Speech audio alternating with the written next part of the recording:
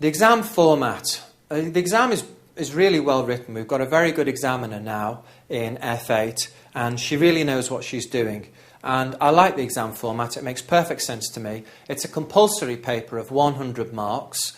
And it's based, as you can see here, on a 3-hour examination with 15 minutes of reading time.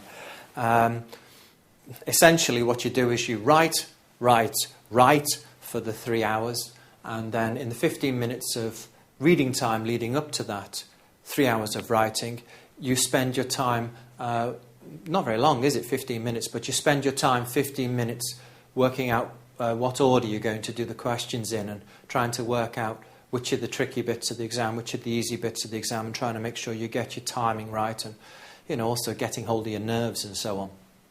So that's the essential basics of the exam presentation, 3 hours plus 15 minutes of reading time.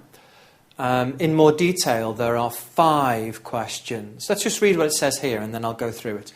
The examination consists of 1 compulsory 30-mark case study, 1 compulsory 10-mark knowledge question, and 3 compulsory 20-mark scenario questions.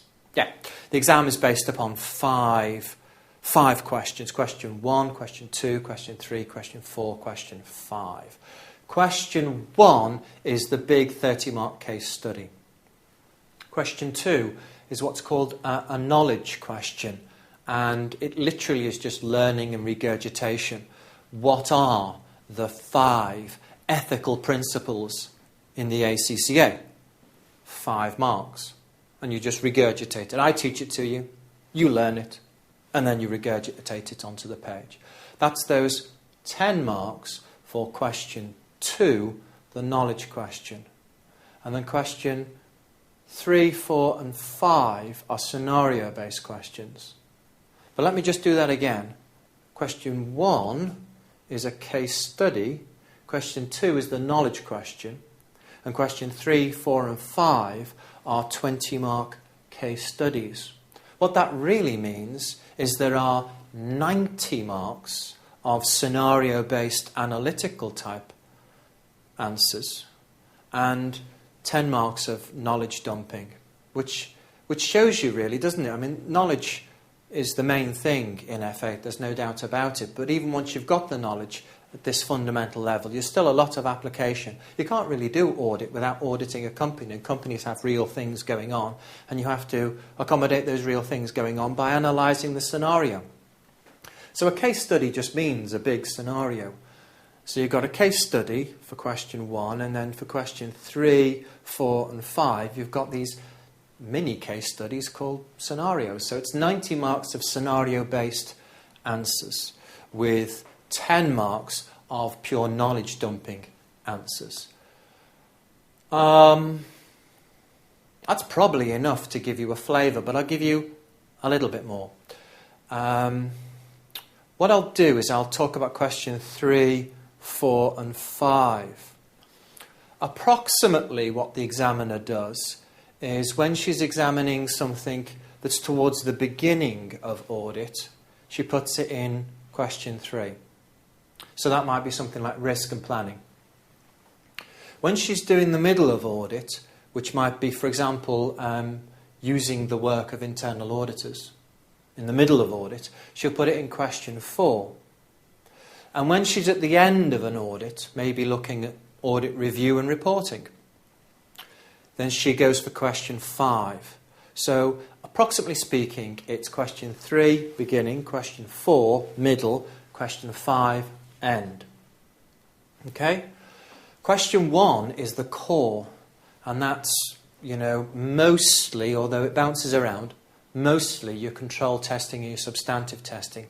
Even though it's the core of audit, frankly, it tends to be the most difficult question. Often question 1s are really, really tricky.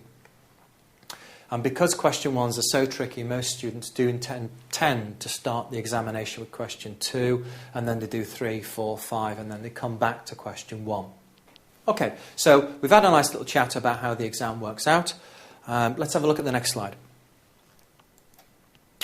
Well, how to pass F8? I mean, there's no way of getting around it. It is really all about practice, practice, practice.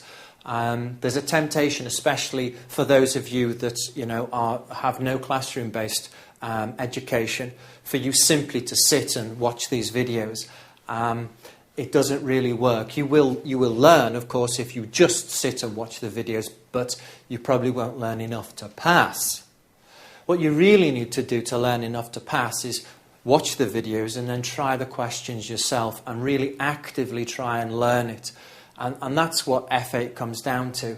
It's not a difficult subject, but it is a painful subject, and you've just got to prepare yourself for a rough ride for 6 months.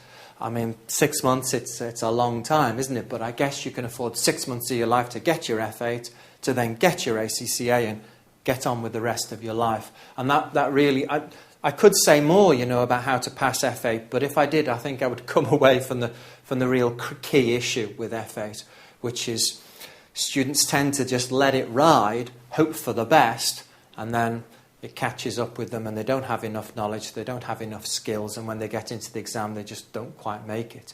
Just that little bit extra practice, that's what's going to carry you through. Okay, so that's my introduction to F8, Audit and Assurance. As I say, my name is Martin Jones. It was Martin Jones at the beginning of this recording. It's still Martin Jones now. I guess you're just starting your studies for F8, so whatever you do, I wish you very, very, very good luck.